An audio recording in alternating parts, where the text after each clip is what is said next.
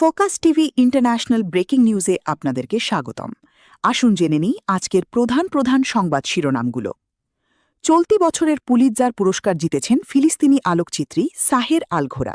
গাজায় ইসরায়েলের সামরিক আগ্রাসনে সৃষ্ট ধ্বংসযজ্ঞ ও মানবিক সংকটের ছবি তুলে ব্রেকিং নিউজ বিভাগে এই সম্মানজনক পুরস্কার পেয়েছেন তিনি। বিশ্বে তেলের মজুত আছে, দেখা দিচ্ছে নতুন এক সংকট, গোল্ডম্যান স্যাক্স। হরমুজ প্রণালীতে ইরানের অবৈধ দখল ভাঙতে চায় যুক্তরাষ্ট্র, হেক্সেত। চীন সফরে যাচ্ছেন ইরানের পররাষ্ট্রমন্ত্রী আব্বাস আরাগচি। নির্বাচনে হারিনি, আমি পদত্যাগ করব না, মমতা।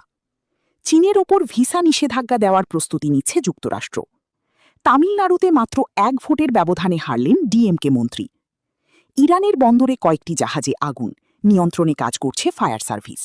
তবে ঠিক কী কারণে এই আগুনের সূত্রপাত হয়েছে তা এখনও জানা যায়নি। হরমুজ প্রণালীতে যাত্রীবাহী নৌকায় মার্কিন হামলা, 5 বেসামরিক ব্যক্তি নিহত।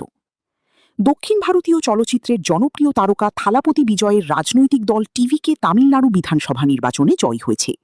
দীর্ঘ প্রায় 6 দশক ধরে চলা দ্রাবিড় রাজনীতির 2 প্রধান শক্তির আধিপত্যকে ভেঙে দিয়েছেন থালাপতি। ইরানকে পৃথিবী থেকে নিশ্চিহ্ন করে দেওয়ার হুমকি ট্রাম্পের।